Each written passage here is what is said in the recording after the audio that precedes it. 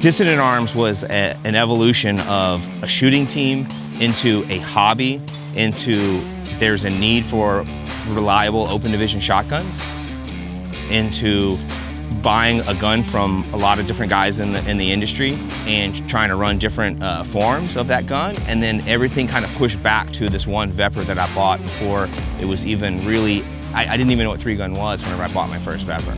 I saw a big lacking in firearms, and it transitioned from just an idea of being a shooting team to like, this is something you could actually start building a brand behind.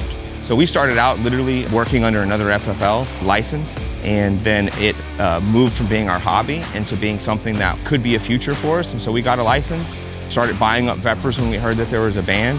You know, I invested my entire life savings. I sold guns, cars, you know, personal items to buy as many guns as I could possibly buy. Lan and I made a bunch of sacrifices personally to actually go all in, you know, to quit our day jobs, to say that we're going to, you know, make it or break it, you know.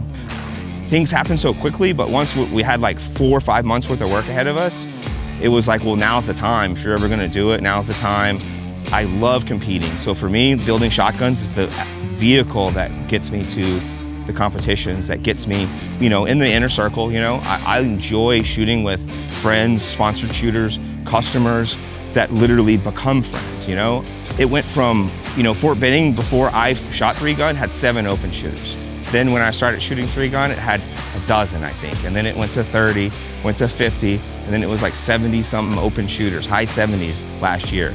I watched the division from being a dying arcane division with guys that complained about having bad eyesight or having a knee replacement, to basically being, this is where we race. This is where you really go at it. The best shooters are moving into open division. The best shooters shoot Dissident Arms. We dominate the division at nearly every match. I'm not saying there aren't some guys that can pull some triggers on some other guns, but we regularly have 1/3 of the entire division, if not half, occupy usually 13 out of the top 15 shooters. And I like that.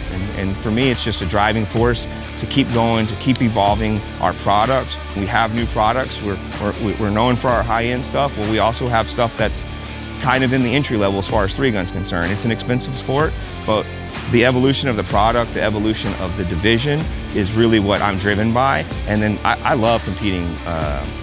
And you know, if I can shoot, the more I can shoot, the more guns we sell. And then to me, that's a dream. I'm living a dream.